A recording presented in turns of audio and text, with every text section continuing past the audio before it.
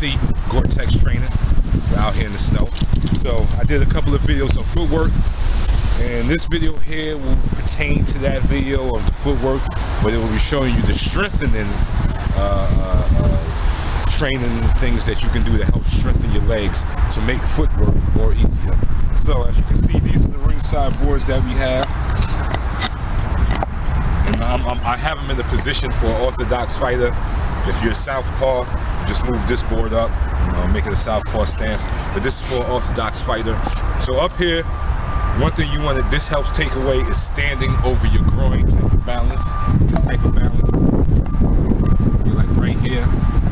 So you want to learn how to put your weight in one leg. So right now I'm over the one leg, so my balance is secure. Work on your punches.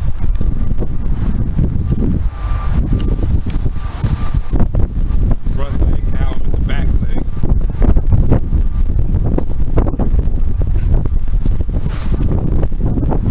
So you want to work on being in one leg. 70% of the weight's here, 30 here. See, the way you know that you're doing it is because you can lift up the other leg.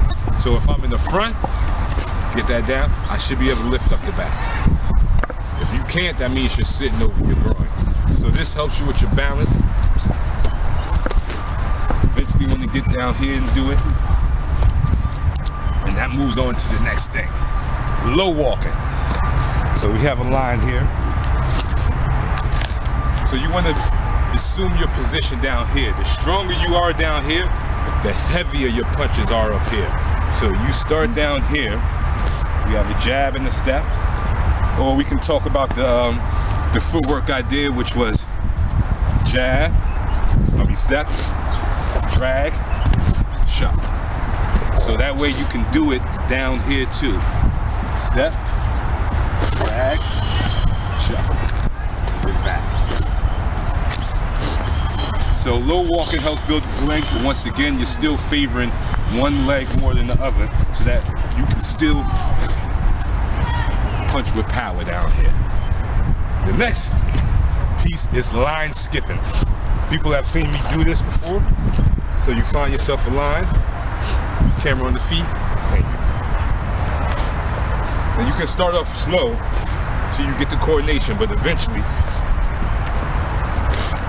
Now I know this looks easy, and it looks like you can do it.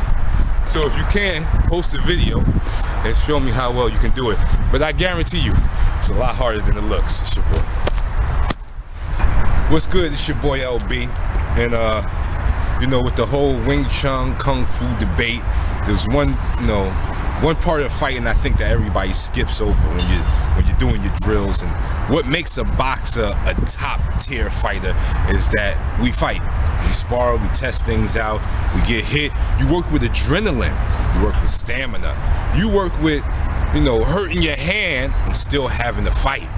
So this is what makes boxers surpass a lot of other fighters, the Bagua, Wing Chun, the Choi Li Foot guys. I love Kung Fu, but there's a part of Kung Fu that a Kung Fu practitioners that when you don't spar, you're not working on the real part of the fighting. And we're talking about adrenaline. When adrenaline busts into your bloodstream, if you haven't worked with it, it can either mess technique and skill up or enhance technique and skill. This is why you have to spar, so you get used to that drug flowing into your bloodstream. Endorphins cutting off your nerve centers. So back in my heyday, when I was younger, I got into a little dispute, and the guy shot me with a .357 Magnum, and I ran a block and a half. How is that possible? On the miracle drug called adrenaline. So forget all this slapping, you're gonna chop a man.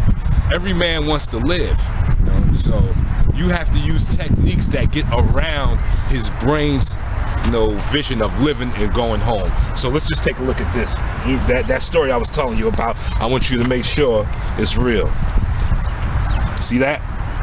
That's the slug from a .357 Magnum blowing up in your leg, calf muscle. And I ran a block and a half from my pursuer and got away with my leg hanging open. That's the power of adrenaline and endorphins. So if you think you're just gonna walk up to a man and chop him to sleep, think again. Train real, train hard, train smart.